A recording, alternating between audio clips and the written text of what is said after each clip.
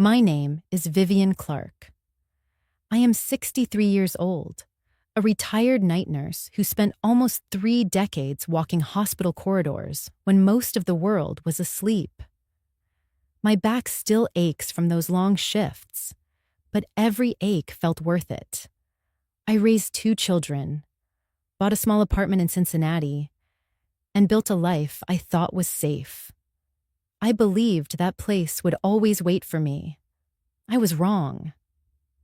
When I rolled my suitcase back from a short trip to Arizona, I turned onto my street the way I had hundreds of times before. The March air had that strange bite, half winter, half spring, sharp enough to sting my cheeks, heavy enough to make me pull my scarf tighter. I expected to see the familiar balcony lined with my geranium pots, the window where the morning light always slipped in just right. Instead, I froze. On the front lawn stood a red and white board, bold letters screaming back at me, "Sold." My suitcase tilted and toppled against my leg. I stood there on the sidewalk, numb. The building looked hollow, stripped of life. Curtains gone, balcony bare. No trace of the home I had fought so hard to keep. The cold outside was nothing compared to the cold that opened inside my chest. I pulled my phone from my coat pocket, hands shaking from more than the wind. A message blinked on the screen. It was from my daughter, Emily. Wedding was magical. Your place made my day special. Love you, Mom. Your place. My place. Sold. For her wedding. My breath caught. I felt my knees soften as if the ground itself wanted to give way. I whispered to myself, not sure if the words were for her or for me. My dear child, if this is what you call happiness, then you and I were never standing in the same house. I could almost hear her voice in my head, laughing like she did when she was 8 years old, showing me the crooked flower she painted on that little porcelain cup. I kept that cup all these years, chipped and cracked, but it never left my kitchen. That was love then. Now, she sold the walls that sheltered us both. As I stood staring at the sold sign, I heard my late husband's voice, a memory carried through the wind. Vivian, that apartment will always be your safe place. No matter what happens, hold on to it. But he wasn't here anymore. Only I was.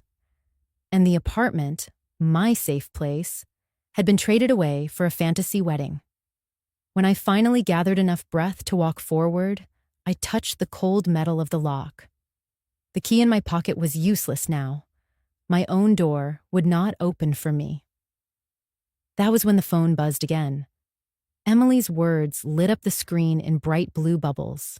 Smug, careless, cutting. Mom, Tuscany was unforgettable. Derek says it was worth every penny. Your apartment made my day perfect. The edges of my lips curved, but it wasn't a smile of joy. It was something sharper, quieter, because what Emily didn't know was simple. The apartment she sold was never hers to sell. Before I take you deeper into what happened, next, let me pause for just a second. If stories like this speak to you, if you believe quiet strength matters, that dignity can be reclaimed no matter the betrayal, then stay with me.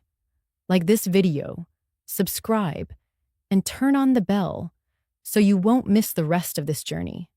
Trust me, it is only just beginning. I did not always feel this hollow inside. There was a time when my days were heavy with purpose, when my hands carried life and loss in the same breath. For 30 years, I worked as a night nurse. Hospitals at night are a world of their own. The fluorescent lights hum. The machines beep without rhythm, and the hallways echo with muffled cries. I walked those halls with steady shoes and tired eyes, checking vitals, holding trembling hands, whispering to strangers that they were not alone. It was not glamorous work, but it was honest. Each paycheck was a brick laid toward a dream I carried quietly.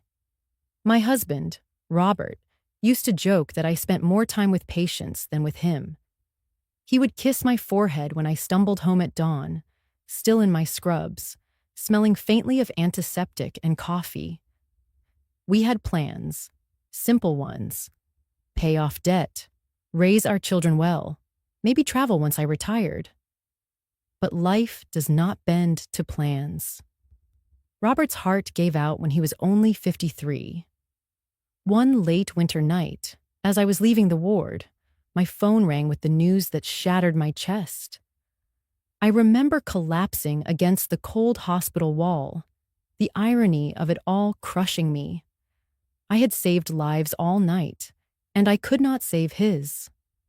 After that, I worked harder, not because I loved the work, but because I had to.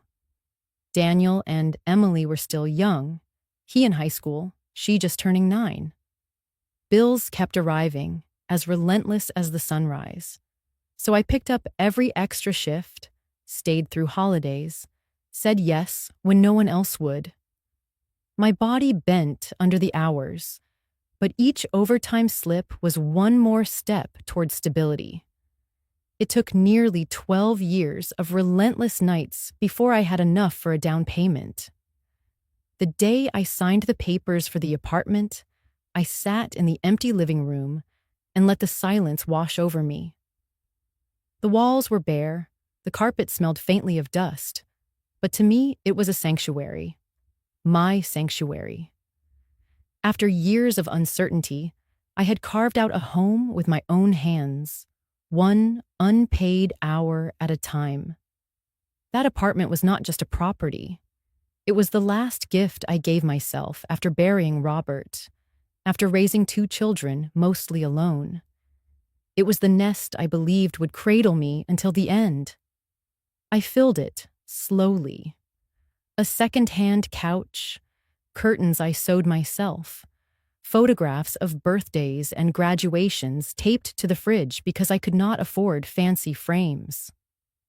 What made it a home were not the things I bought, but the memories I carried into it. Among those memories was one small object that became my anchor, a porcelain cup.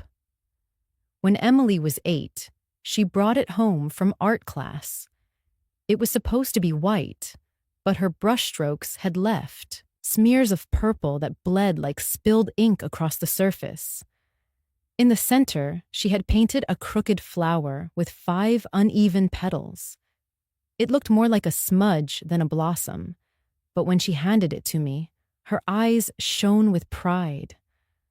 "Mom, it's for your tea," she said, her fingers sticky with paint. I laughed and kissed her forehead. "It's beautiful," I told her, and I meant it. I drank from that cup every night after my shifts. When the porcelain cracked years later, I glued it back together. Even chipped and fragile, I could not throw it away. To anyone else, it was junk. To me, it was a reminder of when love was simple, when Emily's world was still innocent, when her way of making my day special was a lopsided flower on a cheap cup. I kept it on the kitchen shelf, always within reach. Even when Daniel moved out, even when Emily grew into a restless teenager, the cup stayed. Through every storm, every bill, every lonely night, I poured hot tea into that chipped porcelain. It was my proof that something made with imperfect love could still hold together. As Emily grew older, distance grew with her. She was charming, ambitious, always reaching for something larger, shinier. I saw Robert's charisma in her, but also a hunger that unsettled me. She wanted more than the small life I had built. I did not blame her. What mother doesn't want her child to dream? But sometimes, her dreams came at the expense of gratitude. She rolled her eyes at hand-me-down furniture, mocked my thrift store clothes, sighed when I brewed tea in the same old cup. Still, I told myself she would see someday. She would understand what it meant to work nights until your bones begged for rest. She would understand why that apartment mattered, why the chipped cup mattered. She would see that love is not measured by chandeliers or wedding destinations, but by the steady presence of someone who shows up. But that day never came. Now, as I stood outside the apartment stripped from me, I thought of the little girl with purple paint on her hands. I thought of the flower that looked like nothing, but meant everything. The cup was still mine, resting on my shelf back in the small rental I had fled to after returning from my trip. But the memory of it, the child who gave it to me, felt farther away than the stars. I carried that cup like a talisman, even now, because in a world where my daughter could sell the very roof over my head without a second thought, at least the cup still told the truth. Love, though cracked, can survive. I had walked those 3 blocks to Emily's house more times than I could count, usually carrying groceries, babysitting bags, or the kind of casseroles mothers bring when their children are too busy to cook. That evening, though, my hands were empty. The March air stung my cheeks, but inside I felt colder. Each step toward her front porch was heavier than the last. When I rang the bell, laughter spilled from inside, the sound of champagne glasses clinking, the faint hum of music. Derek opened the door. His shirt was crisp, his smile thin. "Well," he said, leaning against the frame. "Look who decided to drop by." I did not answer. I brushed past him gently, the way you move through a hospital hallway when silence is more powerful than words. The living room was lit with golden light. Streamers still hung from the ceiling, remnants of their recent celebration. On the mantel sat framed photographs of their wedding. Emily, my daughter, dressed like a princess with crystal earrings and a smile wide enough to split the world in two. She looked radiant, untouchable. She turned, saw me, and her eyes lit up, not with guilt, not with remorse, but with pride. "Mom," she said, rushing over, arms outstretched. She kissed my cheek quickly, perfumed and rehearsed. "I was just telling Derek how grateful I am. Because of the apartment, we had the wedding of our dreams. A true fairy tale." She stepped back, looking at me expectantly, as if I would nod, applaud, maybe even cry tears of joy for her. My mouth went dry. I studied her face, searching for the little girl who once painted purple flowers on porcelain. But all I saw was a woman who had traded sentiment for spectacle. The living room was lit with golden light. Streamers still hung from the ceiling, remnants of their recent celebration. On the mantel sat framed photographs of their wedding. Emily, my daughter, dressed like a princess with crystal earrings and a smile wide enough to split the world in two. She looked radiant, untouchable. She turned, saw me, and her eyes lit up. Not with guilt, not with remorse, but with pride. "Mom," she said, rushing over, arms outstretched. She kissed my cheek quickly, perfumed and rehearsed. "I was just telling Derek how grateful I am. Because of the apartment, we had the wedding of our dreams. A true fairy tale." She stepped back, looking at me expectantly, as if I would nod, applaud, maybe even cry tears of joy for her. My mouth went dry. I studied her face, searching for the little girl who once painted purple flowers on porcelain. But all I saw was a woman who had traded sentiment for spectacle. Before I could form a word, Derek chuckled. He swirled the drink in his hand and said, "Well, at least it finally served a purpose. sitting in that condo all alone. It wasn't really living, was it? His tone was smooth, but every word carried the sting of dismissal. The words landed like stones against my chest, but I did not flinch. Years in the hospital had taught me something about pain. Not all of it needs to be screamed out. Some of it you just hold, quietly, until it reshapes you. I sat down at their dining table. The crystal centerpiece sparkled under the light, catching my reflection in fractured patterns. Emily hovered, studying me. "Mom, you're so quiet," she said. "Are you upset?" I breathed slowly, hands folded on my lap. Silence, stretched. Then, softly, I smiled. Emily tilted her head. "Why are you smiling?" I looked at her, my daughter, the same child who once pressed a crooked cup into my hands with paint under her nails. And I thought of that porcelain, cracked but still standing. Finally, I whispered, "Because the condo you sold was never yours to sell." The words slipped into the air without weight, but the silence afterward was heavier than thunder. Emily's brow furrowed. She laughed nervously, glancing at Derek.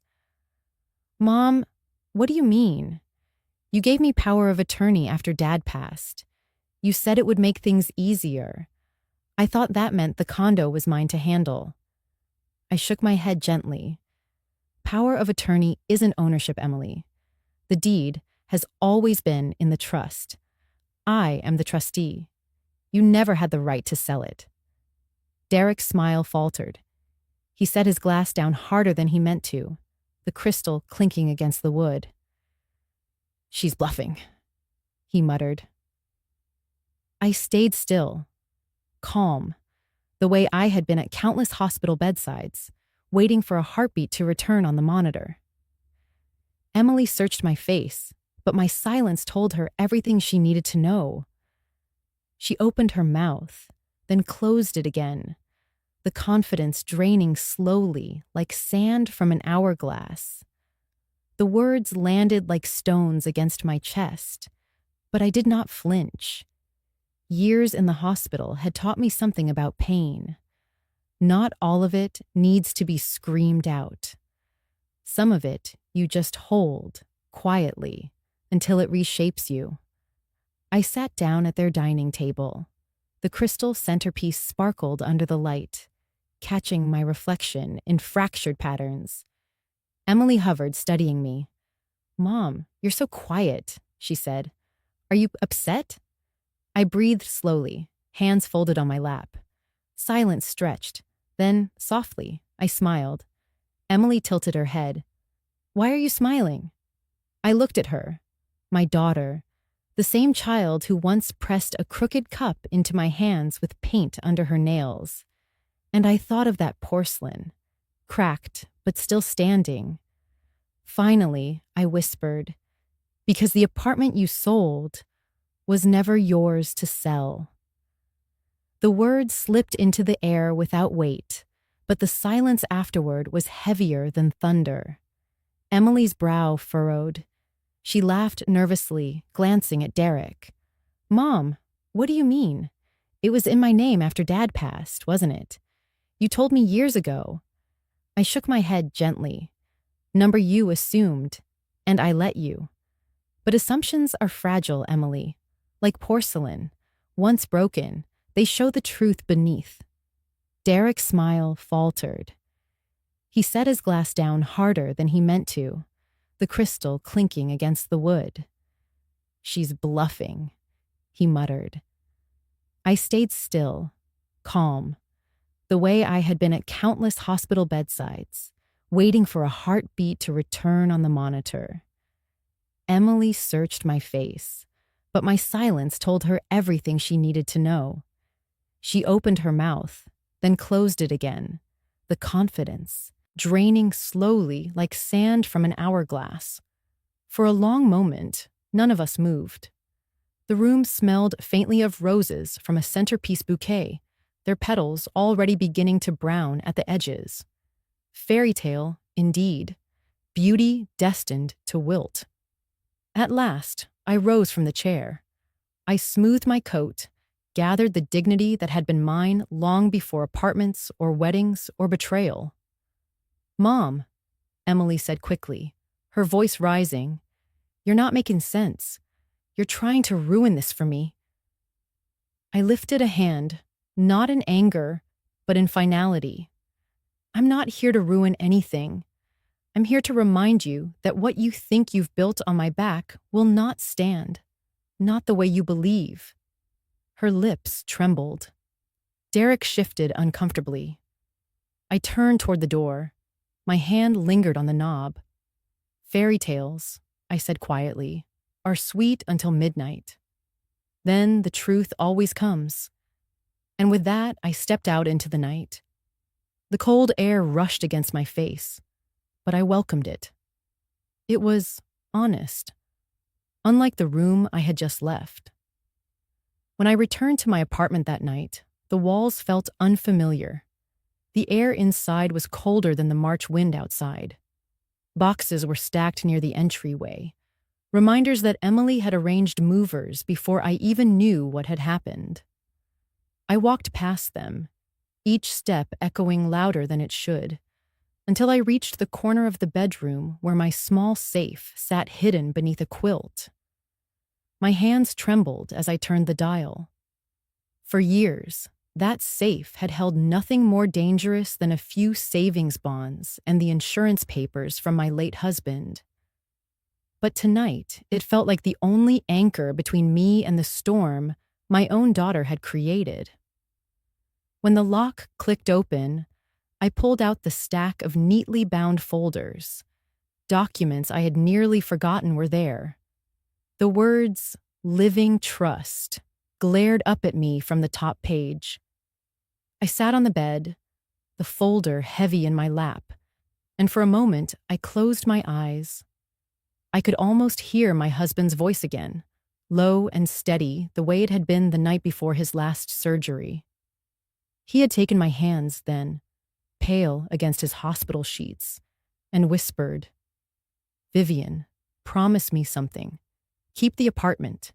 Whatever happens, that place will always be safe for you and the kids." Back then, I thought his request was simple sentiment, the wish of a man who wanted his family protected. I never imagined that promise would become my shield against my own child. I opened my eyes and turned the pages, scanning the legal language. It had been years since I looked closely, but the essentials were clear. The apartment was in the trust, my name the sole trustee. No one else, no matter their entitlement, no matter their fantasy wedding, had the right to sell it. Still, I needed confirmation. That night, I called an old friend, Marjorie. She and I had met decades ago when our children were small, trading babysitting hours and late-night phone calls. She had gone on to law school and built a career in estate law. I had gone on to night shifts in the ER, endless cups of burnt coffee, and the quiet pride of surviving. When her voice answered, warm but sharp as ever, I nearly broke down. "Marjorie," I said, "I need your eyes on something. My daughter. She sold my apartment." There was a pause on the line, then the rustle of paper as if she was already reaching for her glasses. "Vivian," she said firmly, "bring me the paperwork. First thing tomorrow." I hardly slept that night. The document stayed on the nightstand beside me, a silent guardian. I kept touching the folder as if afraid it would vanish in the dark. The next morning, I carried the stack across town to Marjorie's office, a small suite tucked above a row of shops. She welcomed me with that brisk efficiency I remembered, pushing a mug of tea into my hands before motioning for me to sit. "Let me see it," she said. I slid the folder across her desk.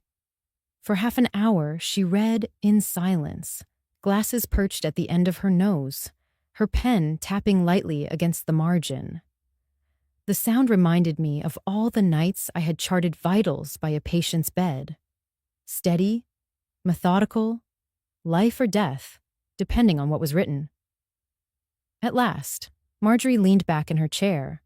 She exhaled slowly, then looked at me over the rims of her glasses. "Vivian," she said, her voice calm but certain, "your daughter and her husband have walked themselves into a trap. That power of attorney never gave them ownership. The condo has always been in the trust, with you as sole trustee. Any sale they attempted is legally void, meaningless, paper that will turn to dust in court." Her words washed over me, relief and sorrow tangled together. I nodded, clutching the warm mug between my palms. Marjorie's expression softened. "I know this hurts. But Vivian, you did what your husband asked. You kept the condo safe. They cannot take it. Not from you." My throat tightened. I thought of that night in the hospital, of my husband's frail hand squeezing mine. I remembered the way he smiled, despite the fear in his eyes.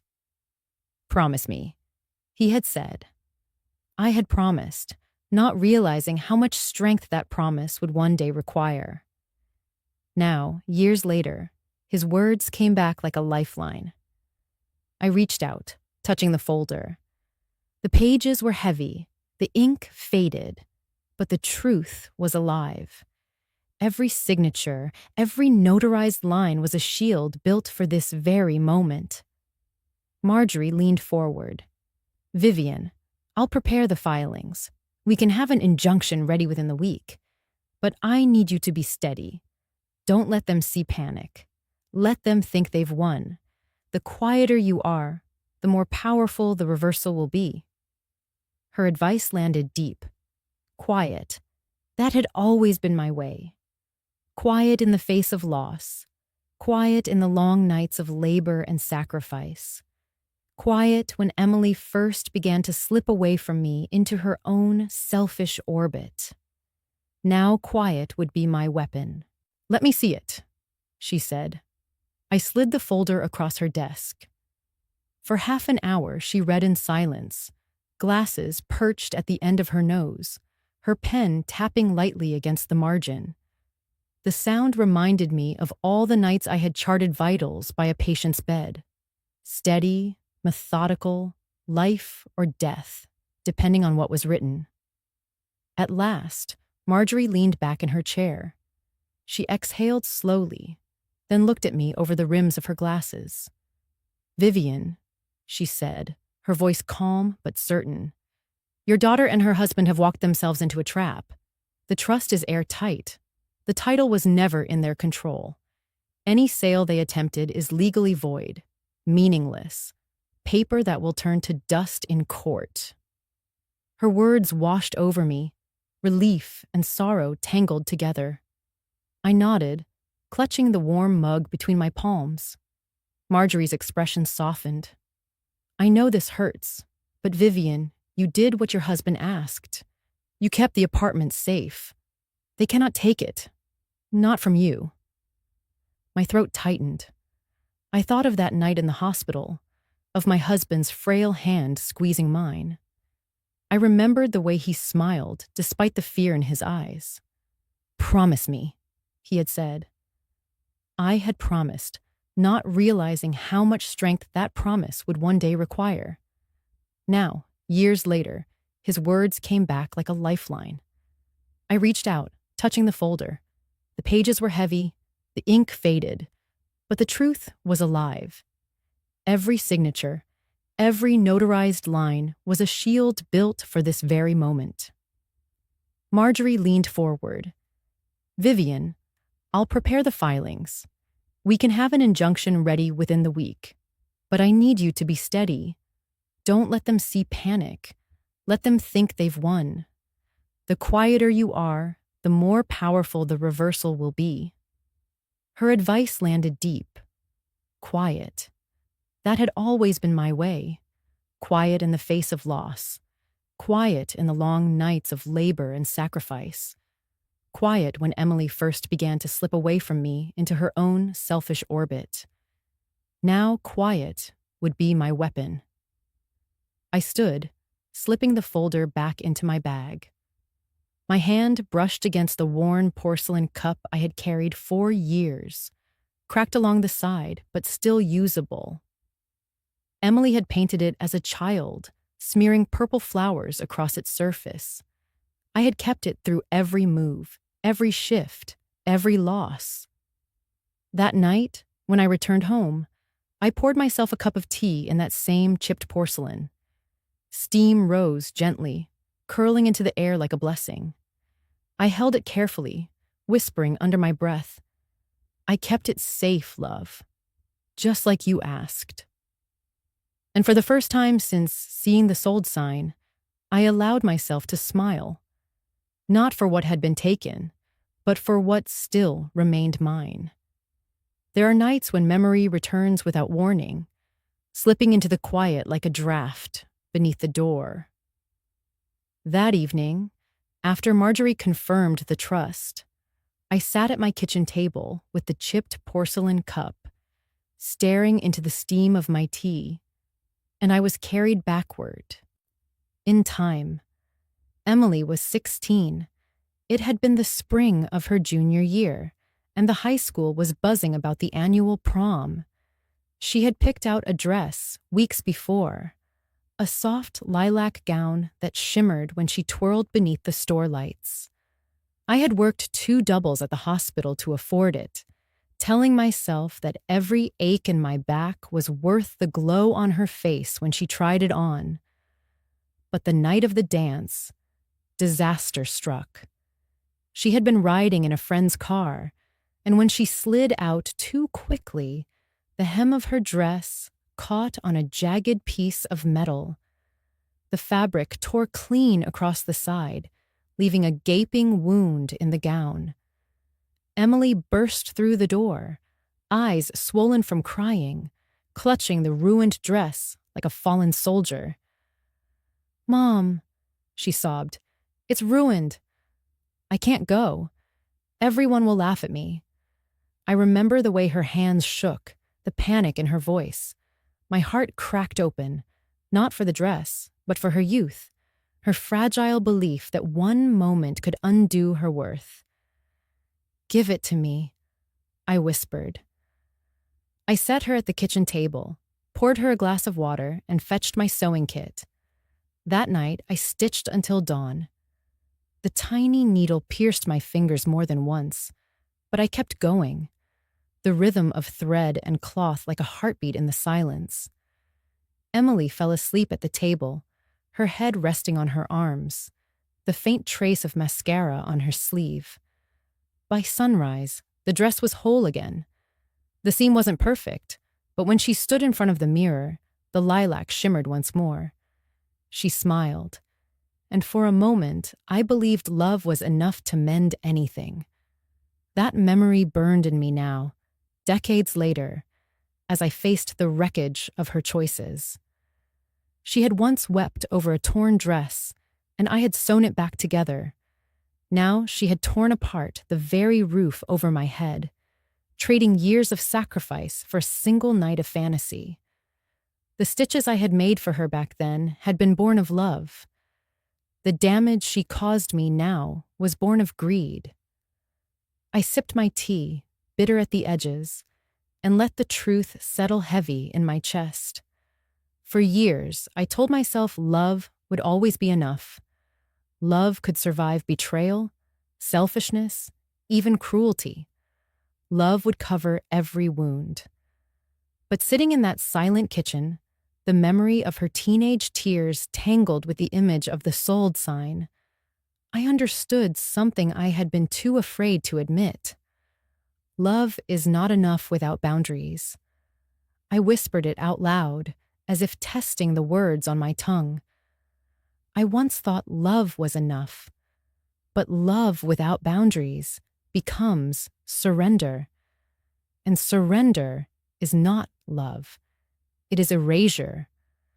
The walls of the apartment seemed to agree with me. their silence steady and unforgiving. I thought again of my husband, his frail voice urging me to keep the apartment safe. I had kept my promise, but I had failed to keep myself safe from the slow erosion of Emily's entitlement. Every loan forgiven, every indulgence allowed, every moment I told myself it was easier to say yes than risk pushing her away. It had led here, to this violation. The tear in the prom dress had been a warning, though I didn't see it then. Not because she damaged it, that was an accident, but because of how quickly she believed her night, her worth, her happiness were ruined without perfection. She could not accept the scar in the seam. She wanted life polished, seamless, sparkling. And I, desperate to be her shelter, had erased the scar for her. Now, she was still the same girl at heart, clutching something broken and demanding it be made whole at any cost. Only this time, the fabric she tore was my life's work. And she didn't bring it to me for repair. She sold it to pay for her fairy tale. I set the porcelain cup down gently. Its crack gleamed faintly under the kitchen light. A reminder that beauty can survive imperfection. That strength is not found in hiding scars, but in carrying them with grace. Emily had never learned that lesson, and I had been too soft to teach it. But now, the choice was no longer hers. It was mine. I leaned back in the chair and let the thought root itself inside me. I cannot stitch this back together for her. Not this time. This wound is hers to face. My task is different. I must protect what is mine. Draw the line she will finally see. A stillness settled over me, sharper than grief, calmer than rage. It was clarity. Love had carried me this far, but boundaries would carry me the rest of the way. And in that moment, I knew. My silence was no longer surrender. My silence was strength. The kind of strength that waits, measured and certain, until the right moment to act. The next morning, I decided to call Anna, my niece. She was 27 now, a quiet soul with sharp eyes and a kindness that seemed untouched by the world's cynicism. She was my sister's only daughter, and though she grew up miles away, she always found her way back to my door whenever life pressed too hard. She arrived that afternoon, carrying a canvas tote slung over her shoulder. The moment she saw my face, she set it down and wrapped her arms around me without asking a single question. That alone nearly undid me. We sat at the kitchen table, the chipped porcelain cup between us, as it always was. I told her everything, slowly at first, then in a flood. The vacation, the text from Emily, the sold sign, the smug laughter at her house. I didn't spare myself either. I confessed to every small surrender over the years. Every moment I had let my fear of losing my daughter silence my better judgment. Anna listened without interruption. Her eyes never left mine, though I saw the storm gathering in them. When I finished, silence stretched between us. Finally, she spoke. Aunt Viv, they don't deserve you carrying this pain for them. The words were simple, but they pierced something inside me. I tried to smile, but my voice cracked. She's still my child, no matter what she's done. Anna reached forward, her hand covering mine. I know, but love isn't supposed to mean erasing yourself.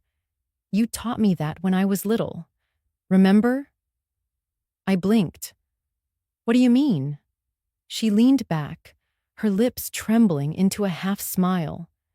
When I was 13, I wanted to skip my piano recital because I messed up during rehearsal. I told you I wasn't good enough, that I'd embarrass everyone. You looked me straight in the eye and said, Anna, even broken notes can still make music if they're played with truth. And you told me to go out there anyway. You gave me courage when I had none. And I did it. I survived that stage because of you. Her memory washed over me like warm light. I had forgotten that moment, but she hadn't. Anna's voice grew steadier. Now it's my turn to remind you. You don't have to play perfect for Emily. You don't have to fix her song. You just have to protect your own. I stared at her, struck by the symmetry of it. Generations turning like a wheel. I had poured lessons into her, not realizing she would one day hand them back to me when I most needed them.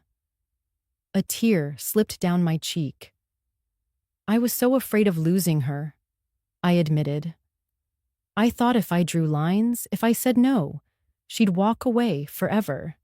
And now, she has taken everything anyway. Anna squeezed my hand tighter. That's not on you. That's on her choices. You gave love. You gave more than enough. Boundaries don't kill love, Aunt Viv. They protect it. Her words echoed the realization I had whispered to myself the night before. But hearing them from her, young and unflinching, made them solid, undeniable. I studied her face. There was a fierceness there I had never allowed myself to show at that age. A steadiness I had long buried beneath duty and silence. Looking at her, I realized the future did not have to repeat the past. My generation might have tolerated in silence, but hers was different. She would not. And in her reflection, I saw a version of myself that still could rise. You sound wiser than me, I said softly. She shook her head. Number I sound like you taught me to be, and I won't let them keep draining you. You deserve better than to stitch their wounds while they cut deeper into yours. Her conviction steadied me more than any legal document, more than Marjorie's assurance. For the first time, I didn't feel like a tired mother defending herself against her child. I felt like a woman seen, truly seen, by someone who valued me as I was, not for what I gave. I poured her tea, and when she lifted the porcelain cup, she traced her finger over the faint crack. You kept this all these years? She asked. Yes, I said. Emily drew the flowers on it when she was little. She broke it once, and I glued it back. I couldn't throw it away.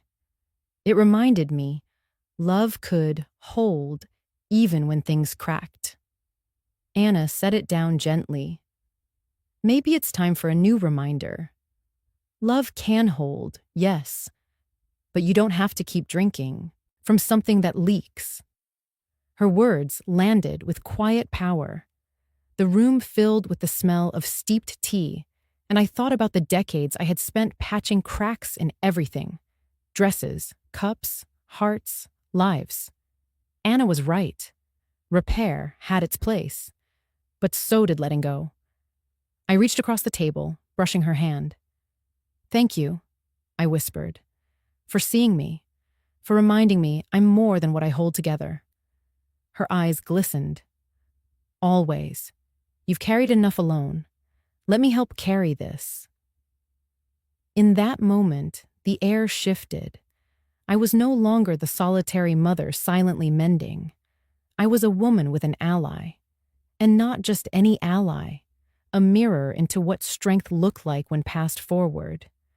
Looking at Anna, I realized healing might not come from Emily's apology, which may never arrive. Healing might come from knowing that love had still done its work. It had created someone like Anna, someone who understood what I had been too afraid to name. The thought filled me with a quiet peace I hadn't felt in years. My story wasn't ending in betrayal. It was continuing in her. It was late in the evening when the doorbell rang. I wasn't expecting anyone. For a moment, I considered ignoring it. But something in me knew. I walked to the door, and when I opened it, There she was. Emily. Her hair was disheveled, makeup streaked down her cheeks. She clutched her phone like it was a lifeline, but her eyes looked hollow. "Mom," she whispered, her voice already breaking. "Can I come in?" I stepped aside, and she slid past me like a shadow. She sank into the old armchair, the one her father used to sit in after long shifts, and buried her face in her hands. For a long while, the only sound in the room was her muffled sobs. I didn't speak. I didn't move. I simply waited. Finally, her words spilled out in fragments, jagged as glass. "Derek left me. He said the bills, the vendors. It's too much. The wedding, the flowers, the venue. We owe money everywhere, Mom. I thought he would handle it, but he's gone." Her breath came in sharp gasps. She pressed the heel of her palm against her forehead, shaking. I don't know what to do. I thought if I made it perfect, if I had the fairy tale, everything would finally feel right. But it's falling apart. I'm falling apart. She looked up at me then, her eyes swollen and desperate. "Please, say something. Anything." But I didn't. I sat across from her, hands folded in my lap. I let the silence expand between us, heavy but not cruel. In the past, I would have rushed in, soothed her, offered solutions, patched over the cracks before she even finished confessing them.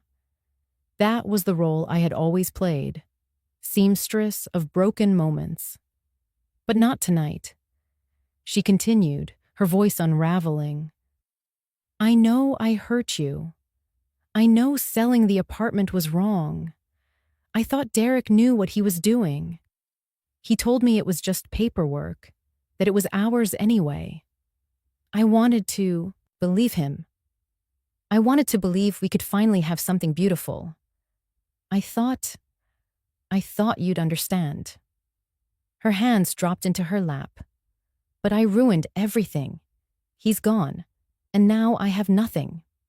The words hung in the air, sharp and unfinished. I let them linger. She stared at me, confusion slowly replacing desperation. Finally, I spoke. My voice was quiet, but steady. "Emily," I said, "do you remember when you were 16?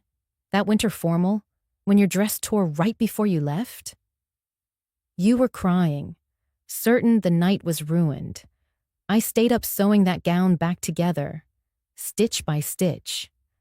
And when you walked out the door, you shone brighter than anyone else there." Her lips parted, and for a moment I saw the girl she had been. Vulnerable, hopeful. I drew a slow breath. "I once believed love meant I could always sew things back into place for you. But this..." I gestured faintly, not to the room, not to her tears, but to everything between us. This apartment was not a seam, not something to cut and stitch at will. It was a foundation, and you tried to cut it apart. Her shoulders trembled. "I was wrong," she whispered. I stood then, smoothing my hands over my skirt, grounding myself. My voice remained calm. "Yes, you were." She stared at me, waiting for more, waiting for the offer I always gave, the patch, the reprieve. But I didn't give it. Instead, I walked toward the window. The night air pressed cool against the glass, the city glowing with indifferent light. Behind me, Emily's sobs quieted, replaced by the sound of her breathing, uneven and shallow. She whispered, "Please, Mom, tell me what to do." I turned back, meeting her eyes. For once, I didn't look away. "I can't fix this for you," I said. "This is yours to carry, yours to mend." The silence after that was profound. It filled the room like a tide, rising until it was the only language between us. I let it stand. Emily's lips trembled. She opened her mouth to argue, but no words came. She closed it again, eyes darting as though searching for some anchor. But there was none. I walked toward the hallway, my footsteps slow, deliberate. "You should go," I said gently, not cruelly. Her face crumpled, but she didn't move right away. Finally, she rose, clutching her phone to her chest, as if it could hold her together. At the door, she turned once more, her voice almost childlike. "Why are you smiling?" I realized I was. A small, calm smile, not of triumph, but of release. "Because," I said softly, "sometimes silence speaks louder than anything else." I opened the door for her. She stepped out into the night, swallowed by the shadows of the street. I closed the door behind her, the echo lingering in the frame. And then, for the first time in years, the silence in my home did not feel empty. It felt like mine. Nights after reclaiming my apartment were the hardest. The world thought I had won, that the legal papers were proof enough, that justice had been restored. But when the lights dimmed and silence pressed in, my mind refused to quiet. I tossed under the blankets, staring at the ceiling where shadows drifted like restless memories. The clock on the nightstand glowed 2:17 a.m. Sleep would not come. My chest carried a weight heavier than exhaustion. It was as though grief itself had taken a seat beside me. Finally, I pushed the covers back and slipped on my robe. The floor was cool against my bare feet. Moving slowly through the apartment, I traced my hand along the walls, feeling the texture of paint I had chosen, the corners I had cleaned, the grooves that had once held family photos. This place was more than walls. It was years of sacrifice and hope etched into every surface. I ended up in the kitchen. It was the heart of my life here, the place where countless dinners had been cooked after long shifts at the hospital, where laughter once spilled during birthdays, where Emily's homework papers had cluttered the table. I opened a cupboard almost without thinking, perhaps looking for tea, perhaps simply searching for distraction.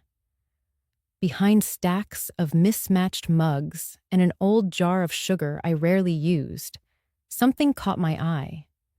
A small wooden box, no larger than a book, tucked far in the corner as though the years themselves had hidden it from me. Dust had settled thick on its surface. My breath hitched as I reached for it. I carried it to the table and set it down gently. My fingers trembled as I brushed the lid clean. The grain of the wood was familiar, the faint carvings along the edge unmistakable. My husband had made this box with his own hands. Decades ago, before illness stole his strength, before time carried him away. I hesitated, afraid of what might lie inside, afraid of stirring a grief I had long kept folded. Yet something urged me forward. Slowly, I lifted the lid. Inside lay a folded piece of paper, yellowed with time. My heart pounded as I lifted it, the faint smell of cedar rising from the box. The handwriting on the envelope made my throat tighten. It was his. Strong, deliberate strokes that I could recognize anywhere. For a long moment, I couldn't open it. I pressed it to my chest, closing my eyes, feeling the weight of memory flood me. When I finally unfolded the paper, tears blurred the ink, but I could still make out the words. My dearest Vivian, if you are reading this, it means time has moved on without me. I cannot be by your side in the ways I wish, but I need you to know one thing. This apartment, this home, it was not just a roof over our heads. It was the place I dreamed would keep you safe when I could not. You worked harder than anyone I know to make it real. Promise me you will hold on to it, not only for you, but for Emily too. No matter what storms come, let this place remind you of your strength and of my love. Always yours, Robert. By the time I finished, my vision had blurred completely. I set the paper down, my hands covering my face. The sobs rose without warning, deep, silent cries that shook my whole body but made no sound. I had not cried like this in years, not even when we buried him. Then, I had been the strong one, holding Emily close, assuring her life would somehow go on. But here, in the quiet of my kitchen, strength slipped away. I wept not just for the betrayal of my daughter, but for every moment I had longed to hear his voice again, to feel his steadying presence beside me. The letter was not long, but it carried more weight than any legal document, more clarity than any court ruling. It reminded me that this home was never about possession or money. It was about promise, his promise to me and mine to him. I lifted the porcelain cup, Emily's flowers still faint around the crack, and poured myself water from the tap. I sat holding it, the letter resting beside me, and breathed deeply. For the first time in weeks, I felt something other than anger or fear. I felt connection to him, to the years that built me, to the quiet truth that had always been here, waiting to be rediscovered. The box, the letter, the cup, all of it formed a circle of memory around me. And in that circle, I finally allowed myself to be simply human. A woman who had loved deeply, who had been hurt deeply, and who was still standing. The clock read past 3, when my tears finally slowed. I folded the letter carefully, pressing it back into the box as though returning a treasure to its vault. Then I whispered into the stillness, "I'll keep my promise, Robert. I will." The apartment was quiet, but I no longer felt alone. His words, though written years ago, lingered in the air like a benediction. As I returned to my bedroom, the weight on my chest lifted ever so slightly. Sleep still did not come quickly, but when it did, it was different, less haunted, more anchored. Because I knew now that the battle for this home had never been only mine. It had been his too. And together, even across the veil of years, we had kept it safe. The days after finding Robert's letter felt heavier than the nights before. His words were a blessing, but they also deepened the ache inside me. They reminded me of the weight of promises kept and of the cost of promises broken. And it was that cost I could not stop circling around. I sat at the small table by the window, the morning light spilling across the floor, and let the questions gnaw at me. Should I forgive Emily for the sake of still calling her my daughter? Or should I draw a boundary so firm that no apology could undo it? The conflict twisted in me until even my breath felt uneven. If I forgave her, I feared losing myself. I had spent years sacrificing my own voice, my own needs, for the sake of family harmony. To forgive so quickly now, after she sold the very roof over my head, would be like erasing the lesson I had fought so hard to learn. It would tell her, and tell myself, that my worth could once again be traded for her comfort. That terrified me. Yet if I cut her off completely, the wound would be permanent. A mother losing her child not to death, but to choice. I could picture holidays with an empty chair, birthdays marked by silence, grandchildren I might never hold. The thought carved a hollow place inside me. I whispered aloud as though Robert might answer back. If I forgive, I lose myself. If I cut her off, I lose my daughter. Which loss am I strong enough to carry? Unable to sit any longer, I put on my coat and stepped outside. The March air was sharp against my skin, waking me more than any coffee could. I walked to the nearby park, a place I had gone often during years of raising Emily, when fresh air was the cheapest medicine I knew. The park had not changed much. Benches weathered with time, patches of grass still muddied from winter snow, the faint sound of children's laughter carried by the wind. I wandered down the familiar path, each step echoing my restless thoughts. Then I saw them. A young mother and her little boy, no more than 5, walking hand in hand. He pointed at a flock of pigeons, tugging her arm, and she bent down to his level, listening as though his wonder was the most important story in the world. Their laughter lifted in the air, light and unburdened. The sight pierced me. I remembered holding Emily's small hand in the same park, her voice carrying questions about everything she saw: why the leaves changed colors, why the squirrels hid nuts, why the sky grew darker at night. I had answered everyone with patience, with joy, because she was my world then. Now, years later, it was as though the thread between us had frayed beyond repair. She had chosen a wedding over a mother's roof, a dream of grandeur over the woman who once stitched her dresses in the dark of night. I wondered if that mother with the boy knew the weight of the years ahead, how fragile trust could be, how easily a bond could snap when gratitude vanished. I sat on a bench and watched them disappear around the curve of the path. My chest ached in a way that was almost unbearable. My mind kept circling back. What does forgiveness look like when the hurt is this deep? Can love exist without trust? And can trust ever be rebuilt?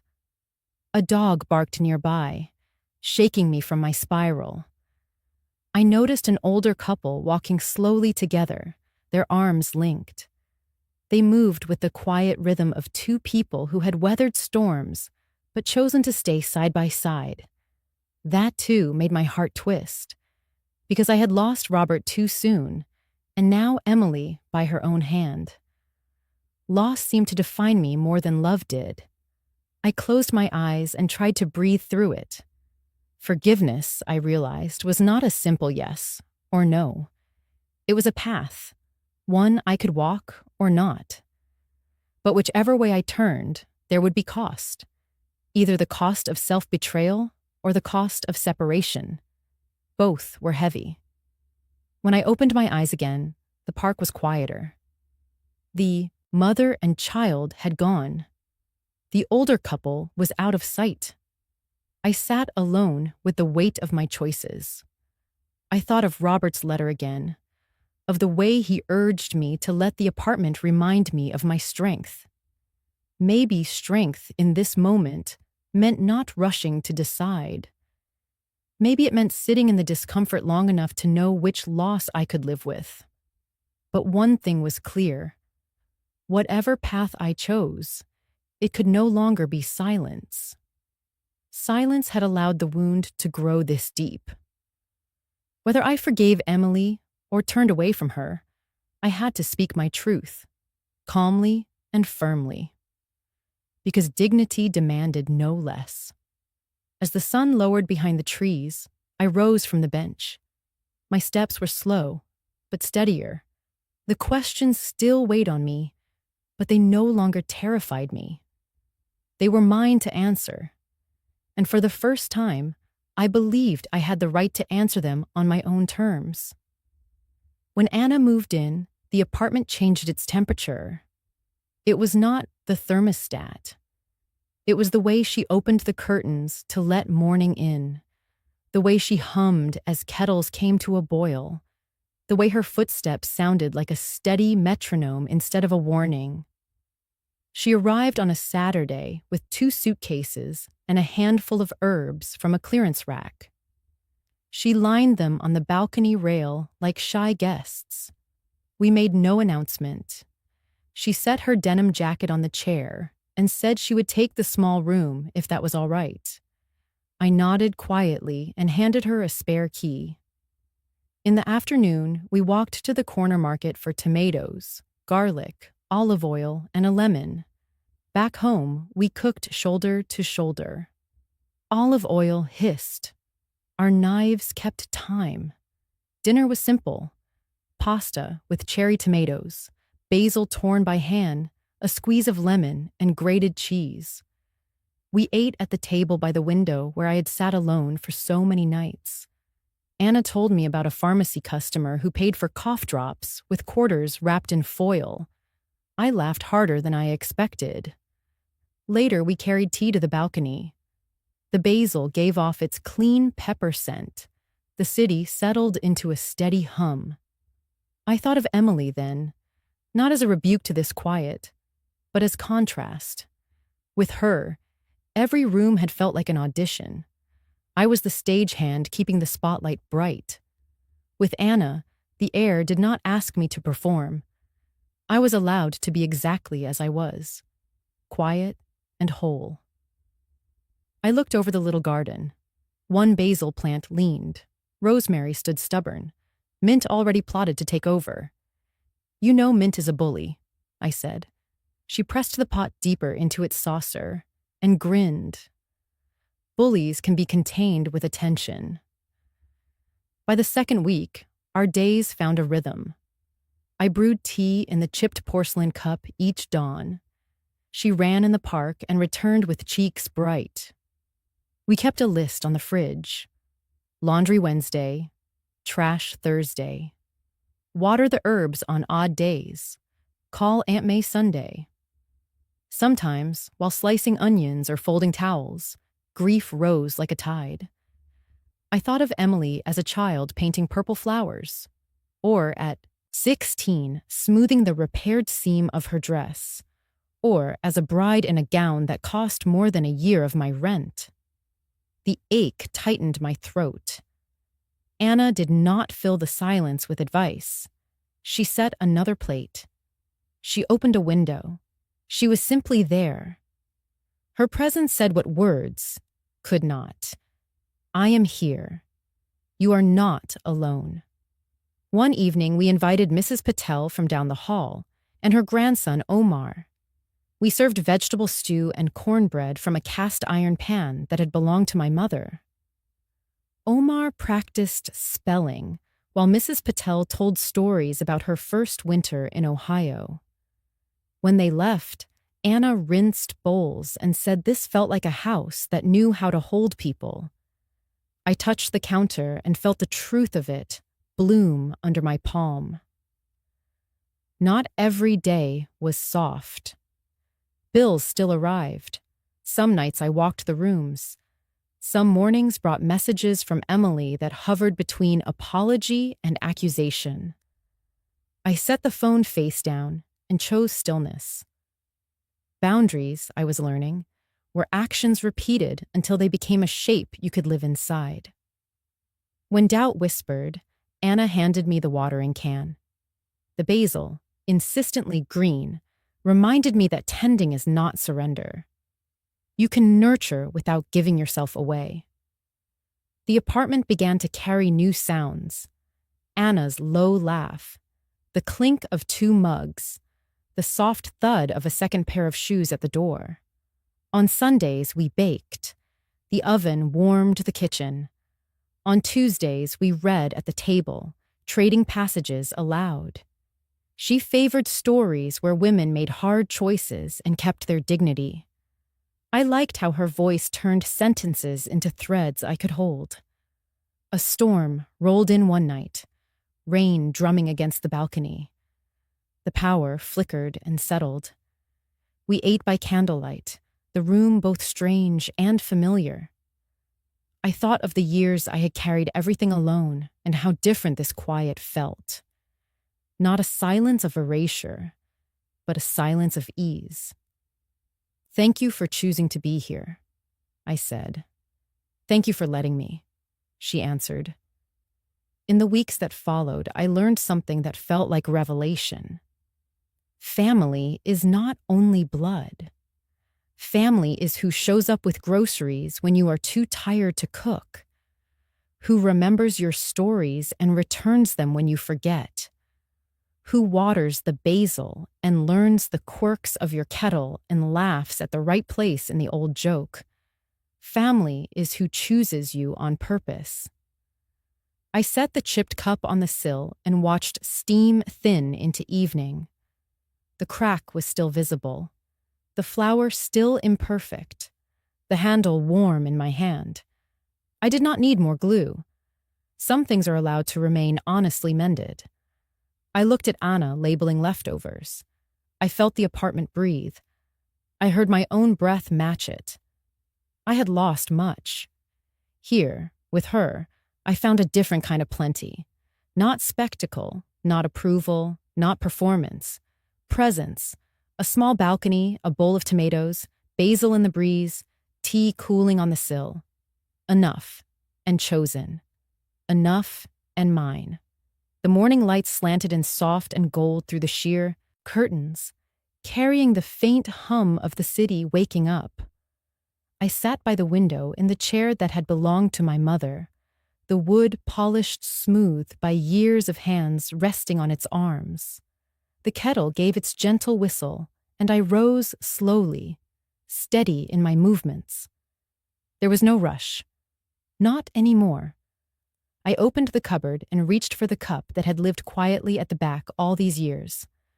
The chipped porcelain cup, its crack thin but permanent, the purple flower still blooming across its side, as if frozen in time. I placed it on the table and poured the hot tea. The steam curled upward, carrying the scent of chamomile. My hands trembled slightly as I cupped it, not from weakness, but from memory. I traced the line of the crack with my finger, and in that moment, it was as if the years folded into one another.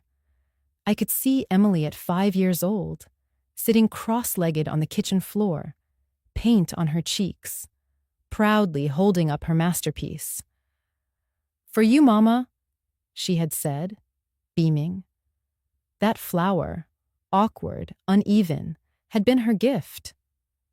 The crack came later, during one of those rushed mornings when bills piled up and I was working double shifts as a nurse, coming home to exhaustion so deep it sank into my bones. The cup slipped from my grasp, landed hard, and split. I remembered the ache in my chest as I held it in pieces, then the way I glued it back together. I could not throw it away. It carried more than tea. It carried love. Now, all these years later, the crack remained, visible but stable, a reminder, a testimony. Not everything broken is meant to be discarded. Some things, like people, can be mended. And in the mending, they tell a truer story of survival. I lifted the cup and sipped. The warmth spread through me, not only from the tea, but from the act of holding on to something that had outlasted storms. The apartment was quiet. Anna was still asleep in the next room, her books stacked neatly on the desk, her laughter lingering in the air from the night before.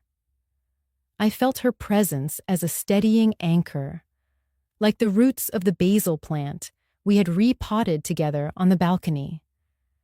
That little balcony now bloomed with green, herbs, tomatoes, even a small lavender bush we found at the farmer's market. When the wind passed, the scent drifted in, mingling with the steam of my tea. I looked around the apartment, the walls freshly painted, the shelves less cluttered, the light softer than I remembered. It was not grand, but it was mine. Mine to keep, mine to protect, mine to fill with those who chose me. For years I thought of this apartment only as shelter, a place I had fought and sacrificed to afford after decades of night shifts.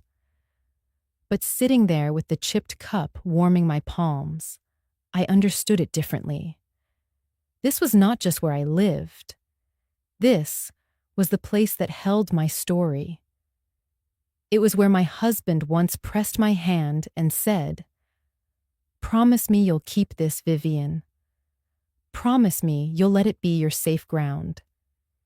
His voice, still clear after all these years, lingered in my memory like a benediction. I set the cup down gently and whispered, not to him exactly, but to the air, to myself, maybe even to Emily if she could ever hear me in some unspoken way. Home is never something you sell. Home is where you hold on to yourself. The words left me quietly, but they carried the weight of prayer, a secular psalm I had needed for so long. I thought about Emily, her laugh at the wedding, her triumph when she told me she had sold the apartment for her fairy tale day. I thought about the hurt that had pierced me sharper than any scalpel I had held in the hospital. I did not know if forgiveness would come, or if it should. But I knew now that my worth was not tied to her approval, or anyone's. I had built a life, brick by brick, paycheck by paycheck, tear by tear. And now I was reclaiming it, one quiet breath at a time. The tea cooled. I sipped again and let it linger on my tongue. Outside, a sparrow perched on the balcony rail, pecking curiously at the mint leaves. The city stretched awake, cars moving like streams of light far below. And here I was, steady, present, whole. I looked at the crack in the porcelain, at the faded flower, and I smiled. Not a smile of victory, not even of bitterness, a smile of knowing, of arriving back to myself. Life does not offer neat endings, but sometimes it offers circles. The child who once gave me a painted flower tried to take away the walls that held us. Yet here I was, still holding the cup, still holding myself. The apartment, like the porcelain, had been nearly lost, nearly shattered. But now it was restored, truer than before, and I was restored with it. I raised the cup once more, as if in a silent toast, not to the past, not to the pain, but to the endurance that had carried me here, to the home that remained, to the truth that cannot be sold. I drank, and the morning wrapped itself around me like a shawl. The flower still bloomed, the crack still showed, and I belonged fully to both. That night, after Anna had gone to bed, and the apartment had settled into its familiar hush, I sat at the small desk by the window with a single sheet of paper before me. The lamp cast a soft circle of light, and outside the balcony, the basil leaves stirred gently in the night air. My hands hesitated above the page, but then I began to write. "Dear Emily," I started, though I knew this letter would never leave the drawer. There was a time when every breath I took was for you. I stayed up through double shifts. I held my tired body upright through endless nights, and I stitched together not just gowns, but a life for you. I wanted to give you a foundation so solid that no storm could undo it. And yet, when the day came, you chose to sell the very ground we built together. The words came slowly, heavy but clear. I loved you with everything I had, but love without boundaries is a wound waiting to be reopened. When you traded my safety for your fairy tale, I felt more than betrayal. I felt invisible. That cut deeper than any scalpel I ever held. I paused, pressing the pen gently against the paper, then continued. And still, I cannot deny that you are my daughter. Blood ties are strong, but dignity is stronger. So I choose to hold on to what remains of me. I choose to guard the home your father entrusted to me and to honor the promise I made him. Forgiveness may come someday, or it may not, but self-respect must stay. My hand trembled as I wrote the last lines. If you ever wonder why I smile now, it is because I no longer let others decide my worth. I have chosen to live in peace and to surround myself with those who value me, not for what I can give, but for who I am. I set the pen down. The page was filled, each sentence like a stone laid carefully in place. I folded the letter slowly, deliberately, and slipped it into the drawer beside the older one. My husband's note, yellowed with time. His words still echoed. Keep this home. Let it be your safe ground. Now my own joined his, 2 testaments side by side, one of promise, one of survival. I closed the drawer gently, almost like tucking something precious to sleep. Then I turned, and there was Anna, leaning against the doorway with her hair mussed from sleep, eyes soft with the kind of knowing only the young sometimes carry. "You're still awake?" she whispered. I smiled and shook my head lightly. "Just finishing something."